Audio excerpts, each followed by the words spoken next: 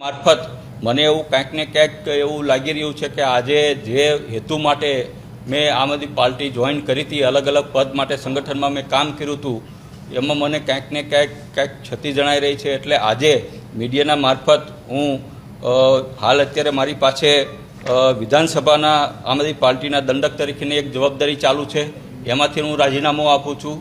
હાલ અત્યારે રાષ્ટ્રીય જોઈન્ટ સેક્રેટરીની મારી પાસે અત્યારે જવાબદારી છે, એમાંથી પણ હું રાજીનામું આપું છું. મારા શીર્ષ નેતૃત્વ માનનીય અરવિંદ કેજરીવાલને મેં આ રાજીનામું એમના પર્સનલ વોટ્સઅપ કરી અને મેં મોકલી દીધું છે અને વિનંતી કરી છે કે પાર્ટી મને દરેક પદ ઉપરથી જવાબદારી મુક્ત કરે અને મારી જગ્યાએ સારા કોઈ વ્યક્તિ જે સંગઠનનું કામ કરી શકે, જે ભારતીય જનતા પાર્ટીને આગળ એની સામે અવાજ ઉઠાવી એવા વ્યક્તિને લાવે એવી વિનંતી કરું છું.